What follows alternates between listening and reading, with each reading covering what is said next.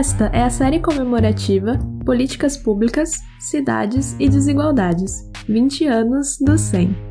Este episódio é mediado por Renata Bichir e Sandra Gomes e conta com a participação de Argelina Cheiboub Figueiredo, Eduardo Marques e Marta Hatch, que foram diretores do Centro de Estudos da Metrópole em diferentes momentos. Obrigada pela audiência e um bom programa!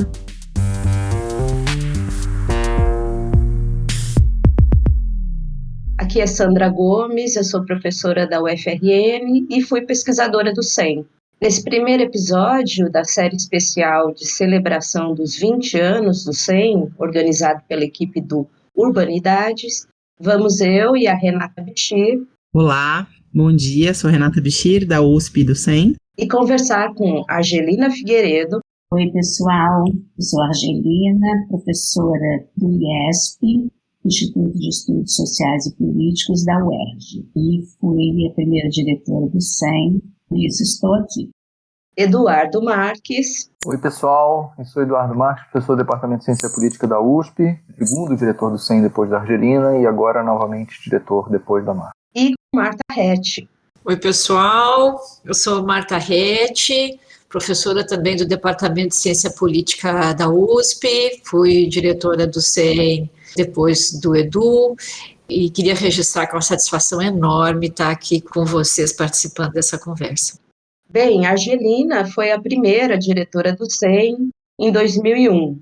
Qual que foi a motivação para submeter a proposta do 100 para a FAPESP, que formava o que era chamado um CEPID? E o que se previa em termos de pesquisas e atividades nesse momento? Bem, eu acho que eu precisaria falar um pouco sobre o que era o projeto CEPID.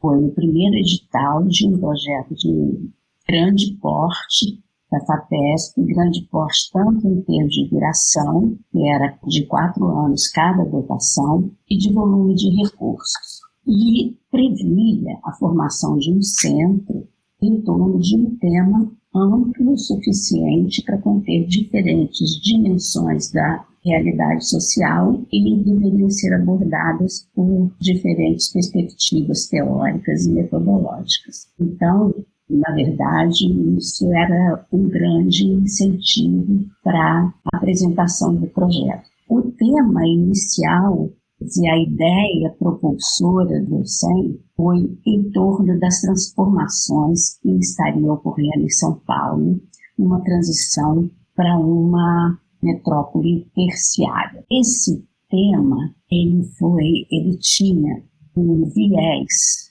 urbanístico, era em termos de organização territorial e funcional da metrópole, na medida em que ele foi, assim, a concepção desse tema mais geral foi da equipe de urbanismo, que levantou essa ideia. No caso do SEBRAP, o 100 inicialmente incluía essas duas equipes, uma equipe da FAO, USP, um laboratório de pesquisas urbanísticas, e o SEBRAP como um todo. E a preocupação da equipe da FAO era essa que eu acabei de falar. E do SEBRAP, propriamente, seriam as consequências, que na verdade nem foi amarrado em termos de consequências, mas as condições de vida da população, quer dizer, consequências em termos de emprego, de condições de vida da população, de acesso a serviços públicos e padrões de sociabilidade. Então, esses eram os temas que, de uma certa forma, amarravam as pesquisas do SEBRAP. Então, como eu disse, esse viés inicial, dentro desse viés, estava previsto que a coordenação do centro seria da Regina Meyer, que era de urbanismo. Eu, na época, diretora científica do SEBRAP, coordenei a elaboração do projeto. E um dos objetivos era dar uma certa unidade, por assim dizer, essas duas pernas do projeto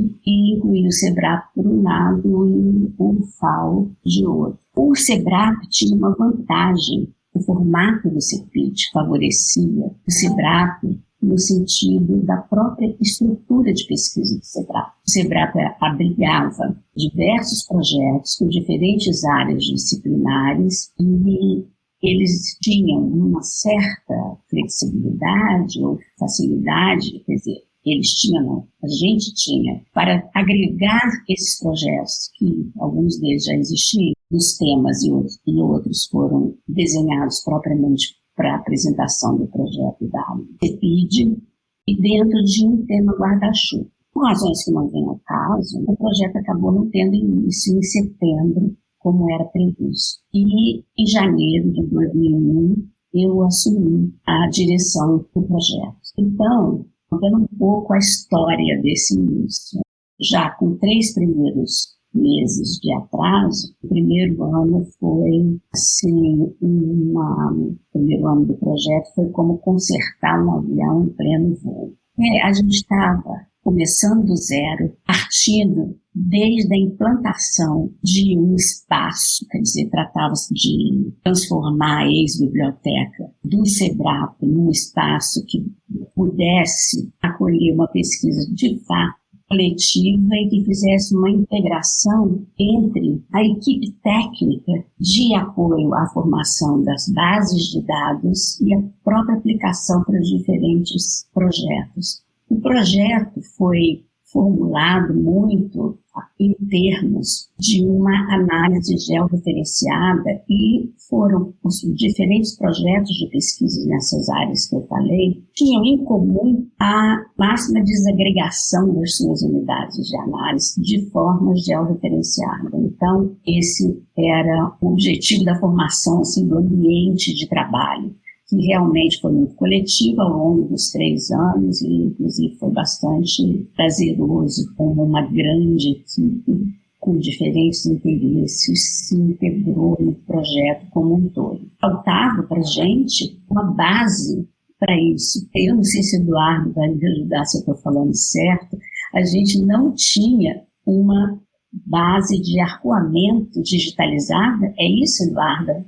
O nível de desenvolvimento tecnológico, digamos assim, e também de acesso público às bases públicas de dados sobre a questão urbana eram muito baixos. Era muito baixo, pois é, e tanto que a gente teve, eu percebo assim, que essa base, ela tinha sido privatizada, e a gente precisou comprar essa base de dados. O Eduardo lembra bem disso, né? Comprar essa base de dados para a gente trabalhar em cima. E eu acho que uma das contribuições depois do SEM foi tornar essa base de dados pública que podia contribuir para pesquisas, tanto para pesquisas nas diferentes áreas de não pesquisadores do SEM, enfim, da comunidade científica como um todo, além de também servir de base para agências públicas na utilização da implementação ou planejamento dos seus trabalhos. Bem, então, as atividades de pesquisa nesse período, eu acho que elas foram bastante intensas, teve esse caráter de uma troca muito grande de experiências, a gente tinha discussões muito frequentes, o ambiente de trabalho eu acho que favorecia isso, a gente tinha uma grande sala que agrupava em mesas, agrupava nas baias, nas diferentes baias. Eu ia pegar um gancho disso que você está falando, RG, porque eu entro no SEM exatamente nesse momento, né? Eu entro como SEBRAP, depois viro o SEM, e era o SEM desse espaço físico que você descreve, que a gente guarda com carinho no coração. Que era um SEM em que as baias eram baixas e as trocas eram intensas, por vezes caóticas, e tinham essa dimensão, inclusive, do geógrafo, do demógrafo, do cientista social. Eu acho que esse é um gancho importante para a nossa discussão. Como é que o SEM fala do urbano e das políticas públicas e das condições de vida a partir de múltiplos olhares. E aí eu queria pegar um gancho para a gente começar a ouvir também um pouco o Eduardo nessa transição. Um dos projetos, RG, que tem a ver exatamente com isso que você estava colocando, é o projeto do mapa da vulnerabilidade social, que a gente fez para a prefeitura municipal. E aí era exatamente esse entrelaçamento de pensar bases de dados e mapas, toda a dimensão do território e da escala desagregada, o quanto isso ainda estava nesse momento analógico e o SEM percorre essa passagem do analógico para o digital. Esse ponto que você tocou, Argelina, é super importante. Qual cidade era visível, considerando que as bases de logradouros eram privatizadas, então toda uma franja da cidade, todo um debate central para a gente sobre as periferias não estava colocado. Essa foi a parte do mapa que a gente trabalhou bastante em cima, no sentido de ampliar, porque os objetivos das bases eram bem comercial. Correios, coisas nesses lugares não chegavam, e a gente ampliou bastante essa base. Eu acho que isso é importante destacar nesse registro de memória, porque hoje é tão favas contadas que a gente tem uma base de logradouros, ela está publicamente disponível, mas eu acho que essa transição, inclusive, da sua gestão para a direção do Edu, essa era uma preocupação importante. Como é que a gente disponibilizava publicamente essas bases e como é que a gente melhorava a qualidade dessas bases nas franjas, nas regiões mais extremas do município, que era exatamente onde a gente gostaria de identificar uma série de dinâmicas para participar do debate público. Acho que uma outra questão que a gente quer abordar nessa conversa, e talvez já bagunçando um pouco o roteiro, mas acho que isso é importante, como é que ao mesmo tempo a gente fala da construção institucional do SEM e vai pensando quais eram os debates acadêmicos e públicos. Eu acho que essa dupla chave é bem importante. Quais eram as agendas de pesquisa em cada momento e como é que a gente comunicava tudo isso para o poder público. Então, se de repente a RG pudesse falar um pouco sobre isso e a gente passasse para o Eduardo, para a gente ir um pouco entendendo essas transições e diferenças no projeto do SEM, da sua gestão, RG, para a gestão do Eduardo. Eu acho que a gente tem que levar em conta que isso foi há 20 anos atrás e foi um aspecto muito inovador das atividades de pesquisa. Mas, na verdade, também era uma exigência do projeto CEPID que houvesse essa transferência de conhecimento. E aí ficou um ponto muito importante das atividades do SEM, foi essa integração com o setor público. Na parte de transferência de conhecimento, nós fizemos alguns projetos, inclusive com prefeituras, no sentido de dimensionar a distribuição de escolas, o acesso a escolas, acesso na área de saúde. Então, eram questões que tinham interesse acadêmico. Esses resultados eram passados para o debate público e também ações específicas para o setor público, para tomada de decisão e implementação de políticas públicas. Perfeito, RG. Edu, se a gente pudesse agora então começar um pouco a falar, você assume a direção do SEM em 2004, pela primeira vez. Como era o SEM da sua época e como é que foi essa transição de agendas? Você como um pós-doc inicialmente, pesquisador do SEM na primeira fase, como é que foi assumir a direção? Então, a minha participação no SEM como diretor, ela representou para mim um grande desafio.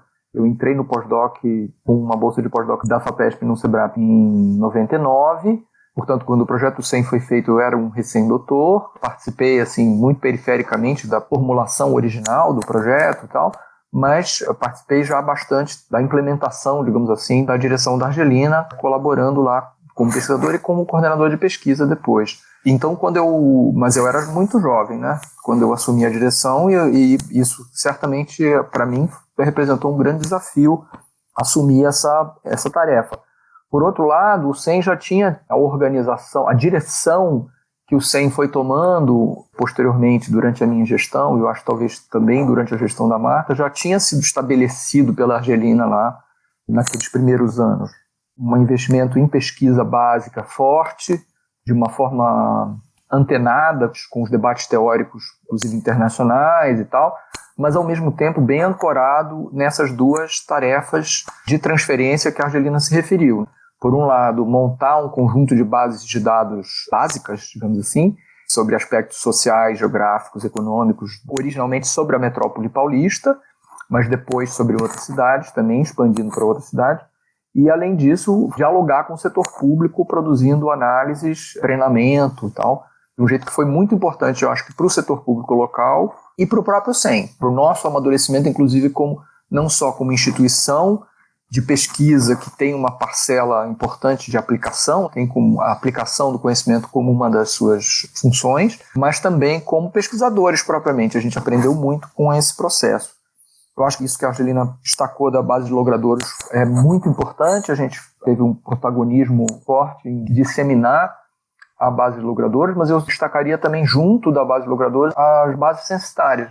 Essa dupla logradouros-censo, os setores censitários originalmente de 91 e depois de 2000, permitiram o avanço de muitas pesquisas realizadas no centro, realizadas fora do centro e também no setor público. Eu acho que tem um outro personagem super importante nesse período inicial, que foi o Haroldo Torres, que foi muito, muito importante para dar o tom, que era uma pessoa que vinha da pesquisa, mas com um pé muito grande na assessoria e na consultoria, vários tipos de estudos aplicados, né? Tanto para o poder público quanto para o mercado. Então ele tem muito essa embocadura original da área de transferência do SEM, teve muito da capacidade de formulação que o Haroldo teve, e os projetos também, trabalhando em projetos, mas além disso pensar essa área e pensar como o SEM poderia ocupar uma função pública, digamos assim, com os recursos da FAPESP. Acho que isso se coloca muito diferentemente hoje, né? Porque depois eu posso desenvolver um pouco mais isso quando eu estiver falando sobre a forma como eu vejo o meu retorno à direção, mas naquela época o acesso a sistemas de informação geográfica, a disseminação de uso de bases quantitativas de dados era muito baixo. O desenvolvimento de softwares era muito precário, inteiramente pago, inteiramente nos softwares comprados, a internet praticamente não era utilizada. Então essas bases originais que a gente disponibilizava, a gente enviava um CD, a gente queimava um CD e enviava pelo correio, e a pessoa fazia um depósito do valor do correio, só para dar ideia às pessoas que estão escutando que diferença se fez em 20 anos. É uma coisa completamente impensável hoje. Eu queria comentar ainda na base dos logradouros. A base de logradouros realmente ela foi revolucionária. E também por conta das nossas pesquisas, com uma boa base de logradouro, você consegue endereçar, como a gente chama, né, as escolas na periferia, por exemplo, também. E aí eu lembro que, eu penso que foi na gestão do Eduardo, que foi importante a parceria com o INPE, justamente porque na época não tinha Google Maps, sei lá, ou algo similar. Uma boa parte da construção do logradouro nas áreas mais periféricas da cidade de São Paulo era feita com base em imagens de satélite. E aí a parceria com o INPE me parece central. O INPE é um parceiro do SEM ao longo de toda a trajetória, providenciando, digamos assim, vários tipos de insumo importante ao longo do processo. As imagens de satélite, depois a coisa do software, do geoprocessamento, depois a análise propriamente, parceiro constante. Também de forma diferente, porque, evidentemente, a mudança tecnológica que foi acontecendo no setor foi impactando também o INPE, até mais do que a gente, ao longo do tempo. Pegando esse gancho, Edu, que você trouxe, assim, pensando no INPE, no Haroldo, TerraView, acho que tem um ponto importante dessas transições todas na relação com o setor público, que era pensar não só a dimensão da transferência, uma certa visão de transferência, que eu acho que é legal da gente explorar nas várias falas, então o que significava fazer pesquisa para o debate acadêmico e uma pesquisa que tinha uma dimensão orientada às políticas públicas, mas todo o esforço de capacitação dos gestores. Os cursos de TerraView, eles surgem na sua primeira gestão, já tinham surgido na Argelina. Conta um pouquinho como é que foi essa ideia dos cursos sobre o TerraView e a relação com o INPE nesse processo. Antes da relação com o INPE, tem uma outra coisa importante em relação a isso. Isso já vem do período da direção da Argelina, uma visão sobre o acesso à base de dados, a produção e disseminação de bases de dados, que era de tornar as bases de dados realmente públicas. Então, adquirir, digitalizar, consertar, integrar e distribuir a custo zero, que era uma coisa bastante rara no caso brasileiro naquele momento. Não eram muitos os centros que faziam disponibilização sem nenhum tipo de negociação. A gente queria botar a base na rua, a gente queria fomentar que as bases gerassem mais pesquisa e que os dados fossem utilizados como informações em outras pesquisas que interrogassem outros temas. E também para o poder público, né? Só que aí apareceu uma limitação dessa primeira estratégia, que foi a estratégia de produzir as bases e apresentar as bases para todo mundo, que era que, dado o desenvolvimento tecnológico e de treinamento que se tinha, e também dado a barreira dos softwares comerciais, muitas vezes não bastava disponibilizar a base porque o potencial usuário nem sabia que ele podia fazer algum uso daquilo. Então a gente passou a fazer a capacitação de gestores, dar cursos de geoprocessamento, que eram originalmente dados num software comercial, que era o software comercial mais barato que existia na época, e tivemos muitos técnicos do setor público, mas também pesquisadores que foram introduzidos no geoprocessamento e também análise de dados com esses cursos.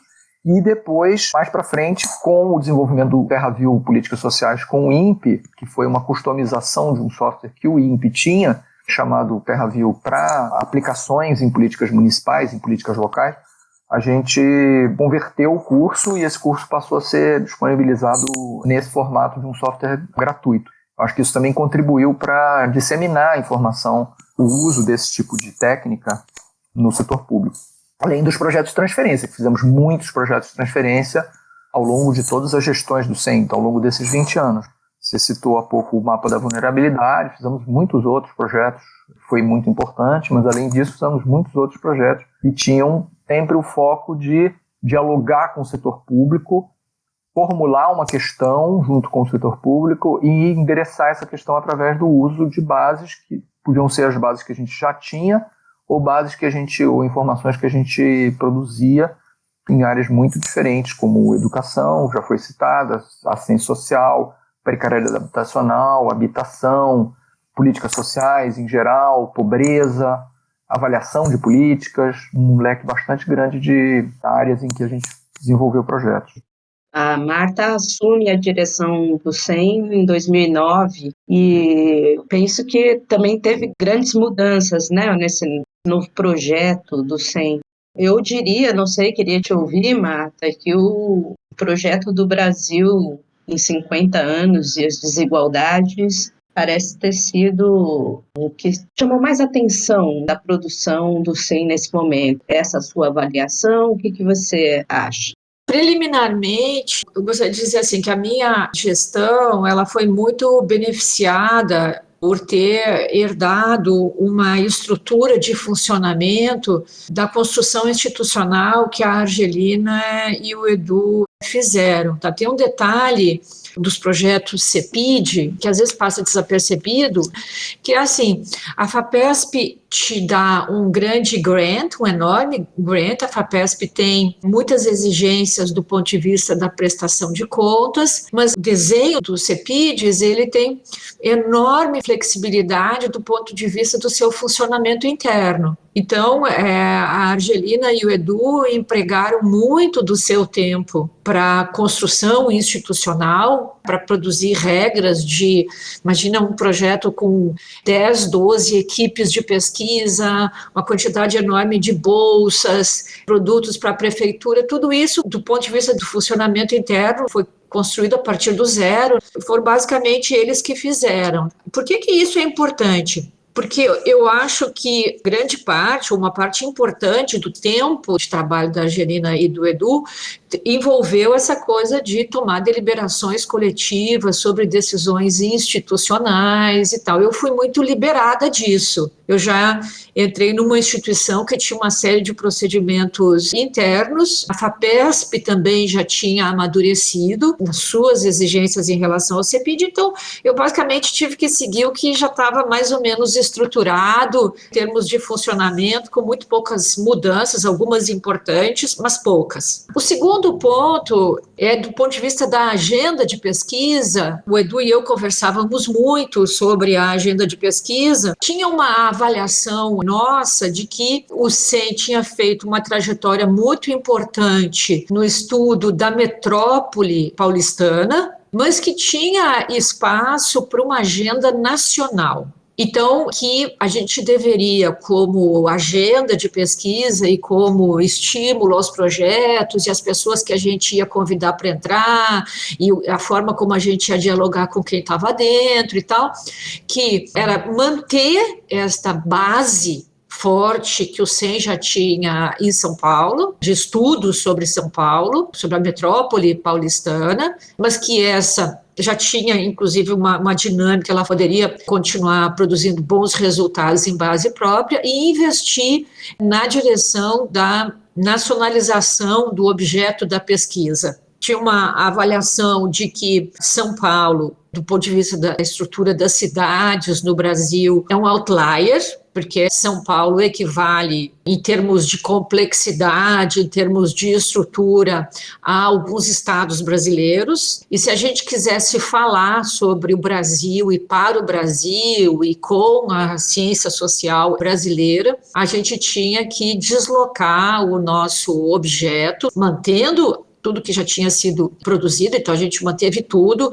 o curso Terra Viva, as bases de dados, as pesquisas sobre São Paulo e tal, mas a direção da expansão e dos deslocamentos deveria ser no sentido de tomar o Brasil como objeto de análise. Nós também sabíamos que as pessoas que estavam ali envolvidas, os projetos e tal, tinha uma liga termos de estudo de políticas públicas, mas com abordagens muito diferentes. E, sobretudo, a gente considerava uma riqueza a diversidade de metodologias, de abordagens que conviviam ali no SEM, e isso para mim foi um aprendizado pessoal importante, que é essa coisa de você estimular o pluralismo de abordagens, de técnicas, e ter um diálogo constante, que eu acho que no caso do SEM realmente é uma riqueza, e para mim a experiência pessoal foi assim de um crescimento, de um aprendizado enorme. Eu acho que o diretor, no final, é o que mais aprende, porque é a pessoa que tem que conversar com todo mundo, que tem que escutar todo mundo. Eu acho que as instituições de pesquisa têm enormes tendências centrípetas, né? Tem muito incentivo para cada um ficar na sua caixinha, e a pressão que a gente tem na FAPESP em direção à integração, eu acho que produziu enormes benefícios, e eu não tenho dúvida que o diretor, que é a pessoa que está costurando tudo isso, é a pessoa que mais aprende. Mas então, eu acho que teve aqui dois esforços grandes, o esforço na direção da nacionalização do objeto de pesquisa e o esforço da integração, que era uma cobrança muito grande da FAPESP. Eu me lembro que toda entrevista, não sei se você lembra disso, Edu, toda entrevista que a gente tinha com o Brito, e a gente tinha pelo menos uma entrevista por ano, a primeira pergunta do Brito era assim: por que vocês estão juntos? Me explica por que vocês estão juntos. Qual é a razão substantiva para vocês estarem juntos? Então, a gente tinha que estar constantemente pensando nisso. Mas aí você mencionou o projeto das desigualdades. Quando a gente submeteu esse novo projeto à FAPESP, nós fizemos muitas reuniões para definir a linha. O que seria, então, essa liga? Seria o eixo comum das nossas pesquisas. E, na verdade, a linha de pesquisa sobre desigualdade, sendo desigualdade como eixo, surgiu dessas conversas. Eu mesma nunca tinha estudado desigualdade, mas no amadurecimento das conversas, o que estruturaria e, digamos assim, articularia aquilo que as pessoas estavam dispostas a fazer. Eu acho que aqui tem uma outra particularidade dos centros de ciências humanas. A FAPESP pensa esses centros a partir da experiência com as ciências duras, que são muito mais hierárquicas no modo de funcionamento dos laboratórios, e nas ciências humanas nós temos uma tradição muito mais autoral, muito mais da independência do pesquisador para produzir a sua agenda própria de pesquisa. Então, o esforço de integração é um esforço permanente. E para ele ser substantivo, você tem que ter um tema que seja simultaneamente, digamos assim, abrangente o suficiente para agregar todo mundo, mas também concreto o suficiente para produzir uma integração. Agora, a ideia específica do projeto dos 50 anos da desigualdade surgiu de uma conversa com o Carlos Antônio, aí do IESP. Ele me mostrou um livro que tinha sido feito nos Estados Unidos com base nos estados censitários de um século da desigualdade. Ele me emprestou o livro, eu devorei o livro, e aí resolvemos fazer esse projeto que foi assim maravilhoso no processo de construção coletiva. O resultado é muito bom, teve um enorme impacto, mas o processo também foi muito bom, assim, foi de um aprendizado enorme. Você sabia que Urbanidades é apenas uma das iniciativas do Urban Data Brasil? Para acompanhar notícias sobre o cenário urbano brasileiro e receber divulgações de atividades acadêmicas, acesse a nossa página no Facebook, Urban Data Brasil, o banco de dados bibliográficos sobre o Brasil urbano. E se você está gostando desse episódio, não se esqueça de compartilhar. O Urbanidades está em todos os agregadores de podcast. Estamos também no Instagram e no Twitter. Confira o endereço para as nossas páginas na descrição do episódio. Agora voltando para a entrevista. Tem um ponto interessante para a gente chegar até agora a fase mais atual do Edu como diretor, já que ele é o único aqui que foi diretor em 2 períodos, que é esse desafio de lidar com as várias perspectivas disciplinares, sempre mudando inclusive do ponto de vista de composição de equipe, de perfis disciplinares que estão olhando para esses temas. Mas tem um outro desafio que está na sua fala, Marta, no desafio da integração, que é pensar essa articulação entre as agendas individuais de pesquisa e as agendas coletivas. Eu queria que o Eduardo, se pudesse, pegasse esse fio. Então, como é que foi voltar a ser diretor? Você tinha já a sua agenda consolidada, bastante internacionalizada. Como é que foi voltar a ser diretor e lidar com essa questão da sua agenda e a coordenação de uma agenda coletiva que você, então, herdava da Marta? Então, eu acho que, assim como a Marta disse anteriormente, a minha sensação, assim, os desafios colocados para a minha primeira gestão foram bem diferentes dos desafios que se colocam agora para a minha segunda gestão. Acho que isso tem a ver com o fato de que o SEM é diferente, mas também tem a ver com o fato de que o debate, o ambiente onde a gente está inserido, tanto no setor público quanto na academia, é diferente. Isso, em parte, é produto do sucesso da agenda anterior. Então, a agenda de pesquisa que eu herdei da Marta, digamos assim, e a forma de organização interna dos projetos de pesquisa que eu herdei da Marta são muito mais coesos e muito mais focados e muito mais internacionalizados do que a agenda de pesquisa que ela herdou de mim, digamos assim, na outra gestão, né? Esse deslocamento da agenda local para nacional, sem perder também um foco no local, que ela já citou, é importante, a internacionalização também é importante, um foco mais integrado de pesquisa, mas sem perder aí o caráter autoral e a dimensão de ponta que as pesquisas do SEM têm, especialmente sobre desigualdades e políticas. Eu acho que a agenda de pesquisa do SEM hoje é uma agenda mais coesa e mais bem integrada. Um elemento importante, eu acho 2 elementos importantes que eu gostaria de destacar aqui, não citados ainda. Um é, para além do nosso financiamento muito generoso pela FAPESP ao longo desses anos todos, e não só a FAPESP central, não só pelo financiamento concreto das pesquisas, mas também pelo estabelecimento de patamares muito altos de avaliação que fazem com que a gente tenha o tempo inteiro que redobrar esforços para conseguir fazer frente às expectativas, mas a gente também teve, durante um tempo importante, durante 4 anos, a gente teve recursos do CNPq no interior do Instituto Nacional, no Programa de Institutos Nacional de Ciência e Tecnologia, que é uma dimensão também bem importante institucionalmente do centro. Isso vem no final da minha primeira gestão, e passa pela gestão da Marta, primeiro com a Nádia Guimarães como diretora desse NCT, depois comigo próprio como diretor desse NCT. Uma outra coisa que eu acho que é importante destacar, e que é um papel que o SEM teve, e que é evidenciado até por essa própria bancada aqui, é a composição dessa bancada desse podcast, é a importância do SEM na formação de pesquisadores, né? Formação de quadros em pesquisa. Eu fui pós-doc e depois me tornei pesquisador do centro, a Renata foi pesquisadora júnior, depois virou pesquisadora, agora coordenadora de pesquisa. A Sandra também teve uma passagem importante de formação dentro do centro. Eu acho que o SEM teve ao longo desses 20 anos, uma importância muito grande na formação de pesquisadores. Edu, eu queria fazer um gancho aí, se você me permitir, que é assim, também tem um papel que você chamou a atenção, né, que é assim, a contribuição, não apenas do SEM, mas no SEM isso ganha muita força, para tornar as políticas públicas como um campo legítimo de estudos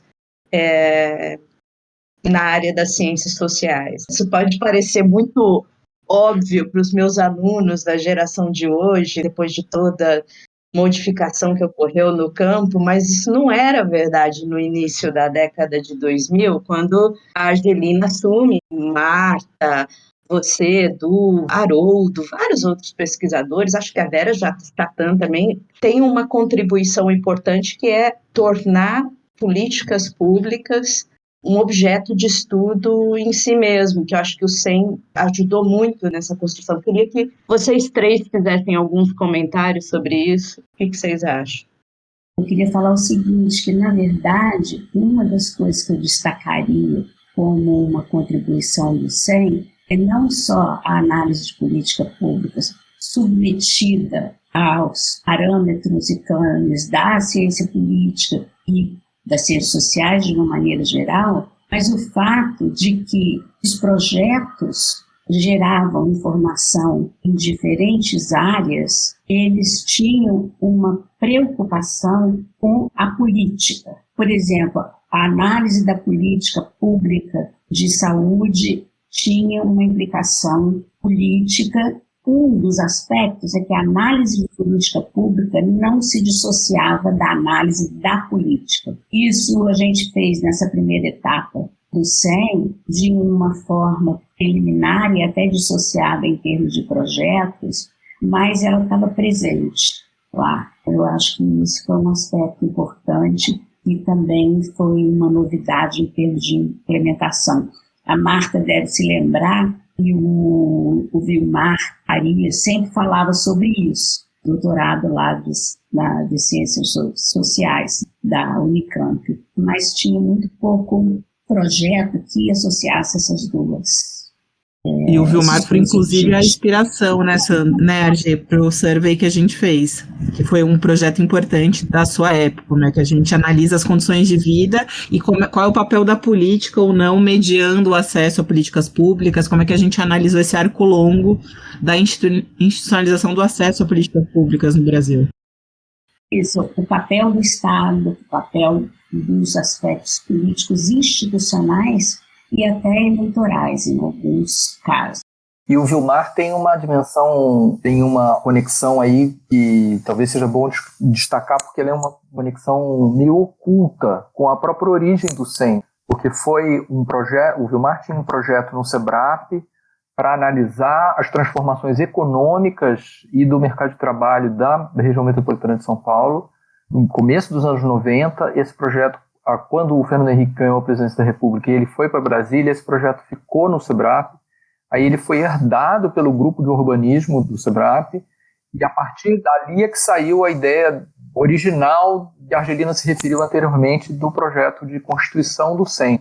Então tem uma conexão assim de fundo, que apesar do Vilmar nunca ter participado do SEM de forma alguma e está falecido quando o SEM começou, eu acho, ele tem uma conexão forte, não só intelectualmente, por conta da Unicamp, da presença na Unicamp, da importância dele na minha formação, na formação da Marta, nos diálogos com a Argelina e com outras pessoas, mas também por esse projeto no SEBRAP.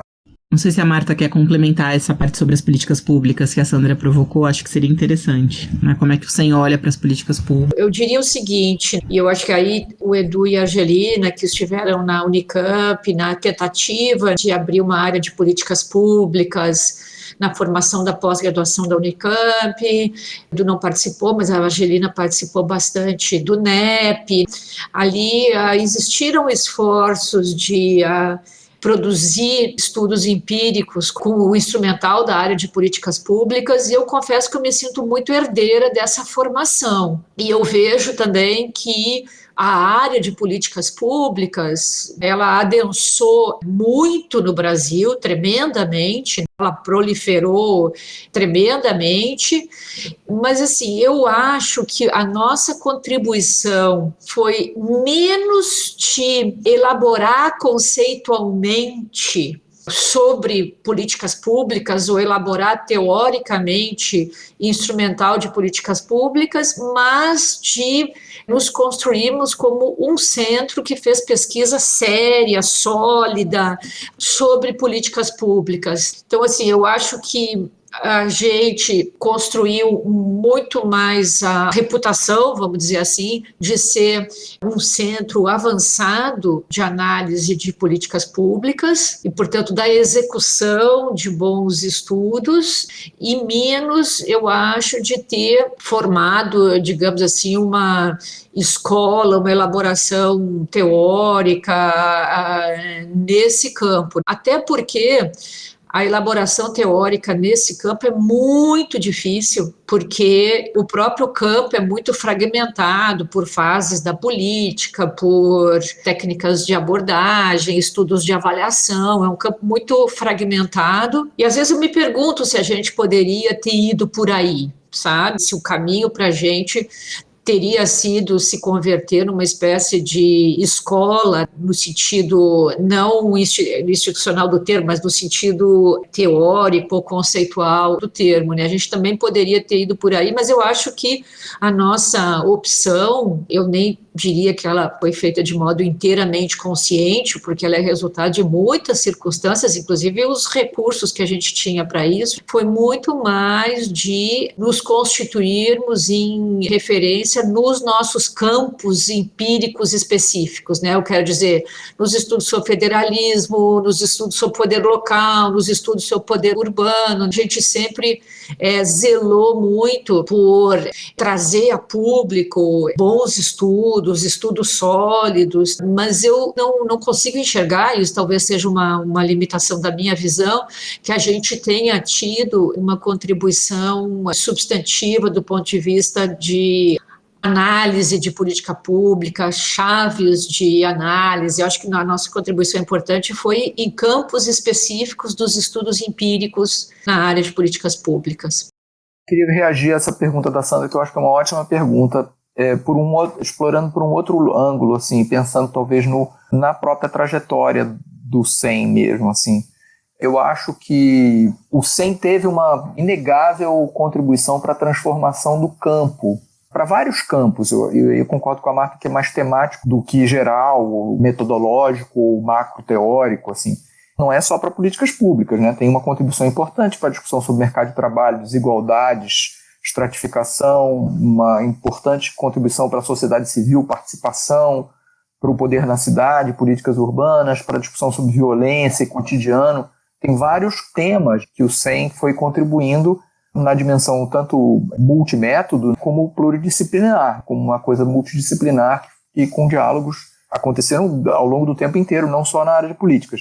Mas eu acho que tem uma dimensão importante da própria transformação dos campos de pesquisa no Brasil ao longo desses 20 anos. E aí eu não sei se nós poderíamos contribuir melhor, essa frase é um pouco cabotina, mas eu não sei se a gente poderia produzir melhor se a gente tivesse produzido uma grande teoria sobre alguma coisa ou disseminado muito intensamente a utilização desse ou daquele método ou técnica. Porque dado o desenvolvimento desses campos no Brasil, por exemplo, se a gente pegar no campo de políticas públicas, que é a origem da pergunta da Sandra, a disseminação de estudos empiricamente embasados, mas teoricamente informados, que dialogam com estão atualizados e primeiro são lógicos teoricamente, que nem todos são, mas além disso são antenados com os debates importantes e com a franja do conhecimento em termos internacionais, estão dialogando com isso e ao mesmo tempo estão dialogando com o seu objeto, que no caso são as políticas públicas e o Estado.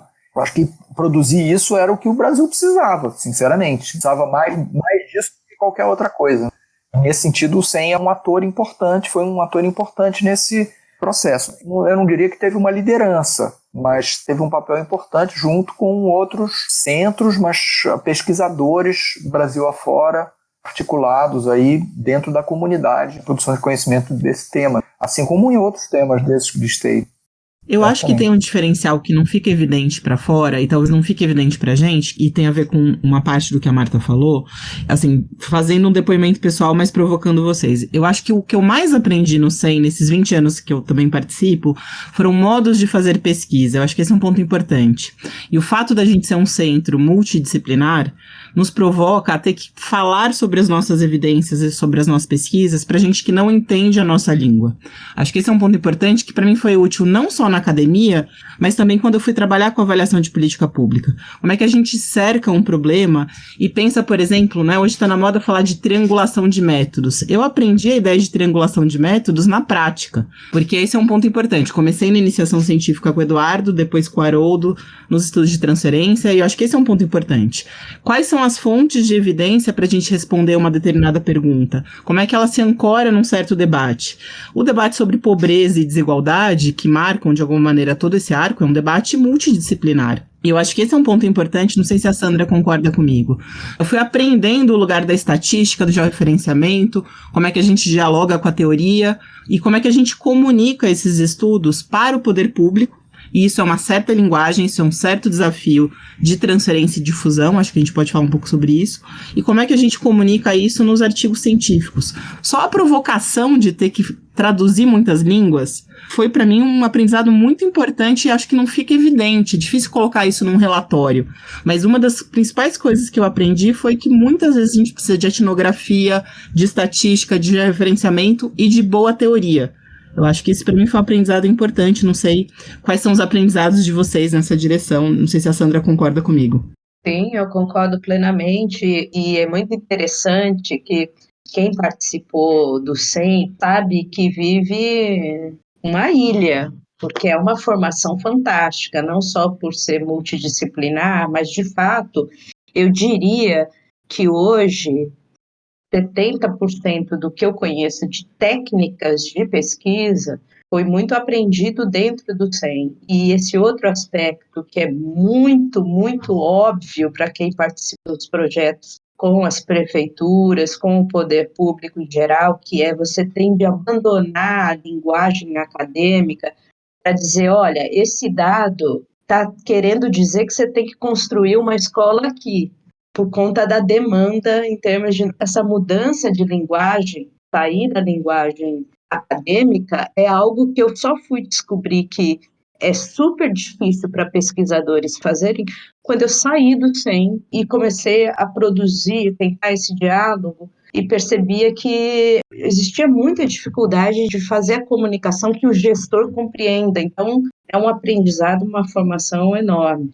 Eu acho que o fato de existirem pesquisadores participando dos projetos com temas diferentes e com abordagens diferentes nos educou para a tolerância e para o pluralismo. Eu acho que isso é uma consequência da gente ter adotado esse desenho, que é um desenho de fazer basicamente análise empírica e original sobre temas específicos em diálogo com a literatura existente. Então foi a estratégia que a Argelina descreveu, eu acho muito melhor do que eu. Se nós tivéssemos adotado uma identidade de uma abordagem específica ou de um tema específico, ou de uma metodologia específica, certamente nós não teríamos desenvolvido internamente essa experiência de tolerância e de pluralismo. Isso eu acho que é um pouco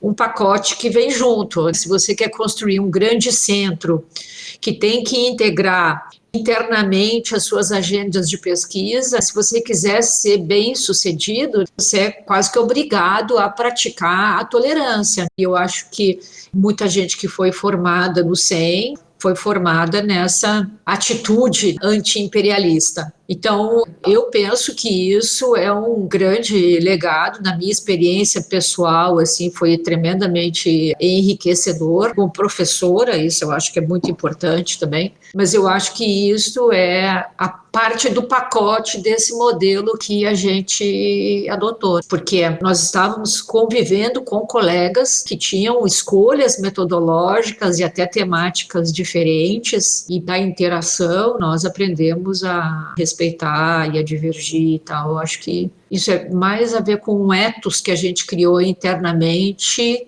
que eu acho que não é fácil de reproduzir, porque depende muito também de traços de personalidade, do que propriamente algo que seja um caminho, uma receita do bolo. Eu acho que essa coisa da tolerância e de conter os imperialismos disciplinares, que são um pouco a prática comum nas disciplinas, acho que tem um desafio aí, mas tem um outro desafio que é conseguir fazer isso, mas evitar a fragmentação, conseguir produzir convergência de debate, mesmo respeitando olhares diferentes. A contribuição do CEM também para a análise de políticas públicas, que não seja uma análise política necessariamente das políticas públicas, culmina no livro que faz um balanço das políticas públicas dos governos Fernando Henrique, Lula e Dilma. Não sei se cabe a gente falar disso também. Eu acho que aí você tem razão, e a Angelina tinha mencionado isso em algum momento. Ele é um projeto que resulta da nossa inserção na Ampox, na BCP, e que a gente, digamos assim, pôde liderar do ponto de vista institucional, porque a gente contava com recursos da FAPESP para financiar o projeto. E nós fizemos um projeto em condições, graças ao financiamento da FAPESP, que não seriam mesmo possíveis para outros grupos de pesquisa. Nós fizemos 2 encontros nacionais de 2 dias, discutindo essa coisa que a gente gosta de fazer, manda o paper antes, todo mundo discute. Então, nós fizemos, 2 workshops, mas, eu diria que a gente, pelo fato de estar numa posição privilegiada de conseguir financiar esse tipo de projeto, acabou abrigando um projeto que era mais coletivo, na verdade, das pessoas que estão na Ampox, que estão na BCP, que estão em outros centros de pesquisa, e eu acho que foi muito beneficiado por um modelo de produção de livros, que, se a minha memória não me engana, foi o Edu que introduziu, que a gente sempre briga, que a gente diz eles dizem, vocês têm uma coletânea. A gente diz, não, a gente não tem uma coletânea, a gente tem um livro editado, que é uma coisa bem diferente, porque a gente faz um projeto coletivo, com protocolo, com vai e volta, a gente não é que a gente faz uma reunião e depois publica os artigos, a gente tem livros editados, pesquisas que são feitas coletivamente, com uma pergunta comum, que vocês sabem muito bem, dá um trabalho danado, mas isso sim, eu acho que é uma marca dos projetos que a gente desenvolveu, que a gente foi desenvolvendo com o tempo um jeito de fazer. Se eu não estou enganada, foi o Edu que introduziu esse modelo de fazer livro, que eu acho um modelo muito bem sucedido.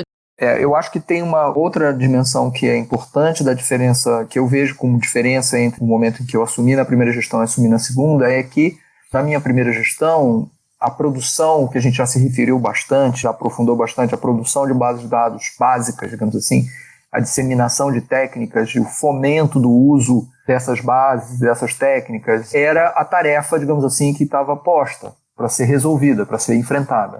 Muita coisa mudou, a questão do uso dos sistemas de informação geográfica está super disseminado, a existência de hoje em dia, muitos repositórios de bases de dados, inclusive administrativos, foram sendo produzidos por prefeituras e por outros órgãos, a expansão da internet e a circulação desses dados de uma maneira muito mais ágil, a disseminação dos softwares gratuitos e, com isso, uma expansão muito maior de gente usando, e não só softwares, mas também cursos. Pessoas entram no YouTube e conseguem achar um treinamento sobre seja de QGIS na internet, fazer um treinamento básico sozinho. Então, o papel da transferência mudou muito, e eu acho que o CEM tentou acompanhar isso. Acho que um vetor importante da modernização da área de transferência foi um projeto de cooperação com a Inglaterra, que é financiado pela FAPESP e pelo ISRC da Inglaterra, e envolveu transferência de tecnologia de uma agência da UCL, da University College London, para o CEM. E, através desse projeto, a gente, intensificou as nossas relações com o INPE, estabeleceu relações de parceria mais estável com a Federal do ABC, com a Flávia Feitosa, mas principalmente incorporou a Mariana Janotti primeiro na equipe do projeto e depois como coordenadora de transferência. E os desafios que estão postos hoje para a área de transferência, é isso que o CEM está tentando se posicionar, são de trabalhar nesse novo ambiente, continuar contribuindo, mas nesse novo ambiente, um ambiente que está associado com pesquisa de N grande, está associado com a utilização de scripts, de compartilhamento de scripts, está associado com técnicas de pesquisa que são de quantificação, não são de mera quantificação estatística, mas que estão associados com programação propriamente. Isso envolve a incorporação de outros tipos de profissional na equipe, que é um desafio, porque esses profissionais são muito bem pagos no mercado e é difícil mantê-los em ambiente acadêmico com os salários acadêmicos, digamos assim, os salários das bolsas e tal. Então tem vários desafios aí que vão ser enfrentados nos próximos anos, mas que tem a ver com posicionar o SEM para continuar contribuindo nessa área, que vem sendo uma área muito dinâmica, que o SEM teve uma contribuição super importante e acho que deve continuar tendo. E sobre a área de difusão, Marta, o que você gostaria de destacar, por favor? Eu acho que na minha gestão os esforços em direção à difusão também foram muito grandes e basicamente, mais uma vez, por conta de cobranças da FAPESP. Eu me lembro de uma conversa com o Brito, essa foi muito forte, mas ele cobrava isso em outras ocasiões e também vinha nos relatórios, a ideia de que, olha, vocês fazem coisas muito boas, muito interessantes, mas vocês são muito desconhecidos. Então vocês têm que fazer esforços no sentido de divulgação, não só no ambiente acadêmico, e não é só porque tem o D no CEPID, mas porque é relevante, vocês têm que encontrar jeitos de comunicar isso aí. E eu fiz, a Mônica Teixeira veio trabalhar com a gente, ela ajudou muito nessa direção, uma pessoa altamente especializada em difusão científica, de pensar estratégias de divulgação científica. A gente fez lá as animações, a gente fez pequenos vídeos, a gente fez um esforço concentrado de conquistar muito mais espaço na mídia.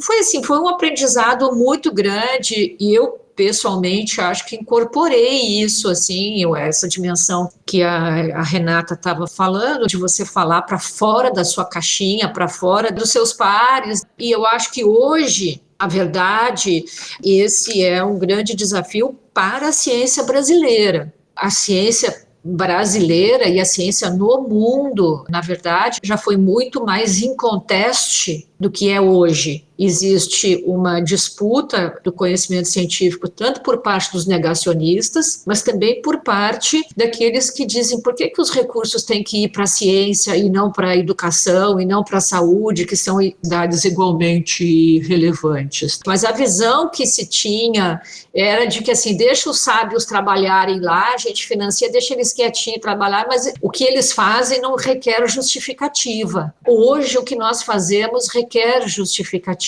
Então, eu pessoalmente, hoje, por efeito dessa experiência, estou muito mais engajada em difusão científica e divulgação científica do que estava antes de ter passado por essa experiência e por ter, digamos assim, incorporado essa percepção.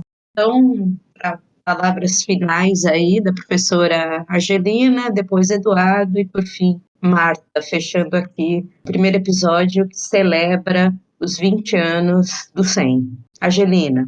Bem, meu principal comentário aqui, eu fico muito satisfeita pelo fato de que o SEM, nesses 20 anos, seguiu uma trajetória de sucesso que a gente está vendo em todas as realizações até hoje, os resultados, e esse sucesso foi sendo acumulado ao longo do tempo e sofrendo ao mesmo tempo se beneficiando das diferenças, das mudanças tecnológicas, de contexto social, político, enfim, e enfatizar isso. Quer dizer, o SEM, ele, na verdade, desde a sua origem, ele foi mudando. Ele não deu a entender mudando para melhor.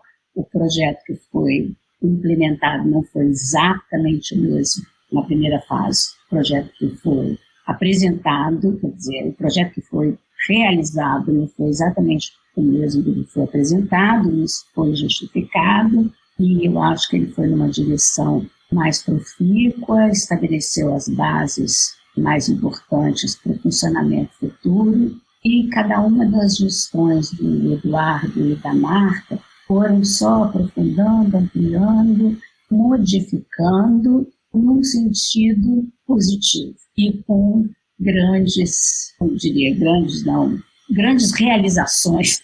Isso parece sempre, grandes realizações parecem obras públicas, mas não é.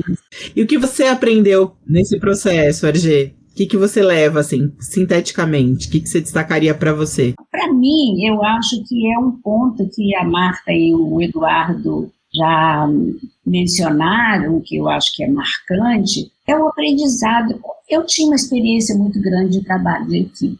Vocês sabem disso anterior, mas foi a escala do trabalho. E, apesar de ter sido um esforço muito grande inicial, porque o projeto tinha um custo de transação bem maior, o Eduardo sabe disso, porque estava no período inteiro, para condução, uma parte administrativa e de relacionamento com as várias instituições que estavam, de consolidação desse relacionamento, que foi um esforço, a parte não prazerosa do trabalho. Mas o trabalho de pesquisa, quer dizer, eu aprendi muito sobre georreferenciamento. Esse aprendizado em termos, eu não digo a técnica de georreferenciamento, que eu aprendi muito pouco, mas uma familiaridade e uma preocupação, por exemplo, da importância de, para alguns objetivos, e isso eu pude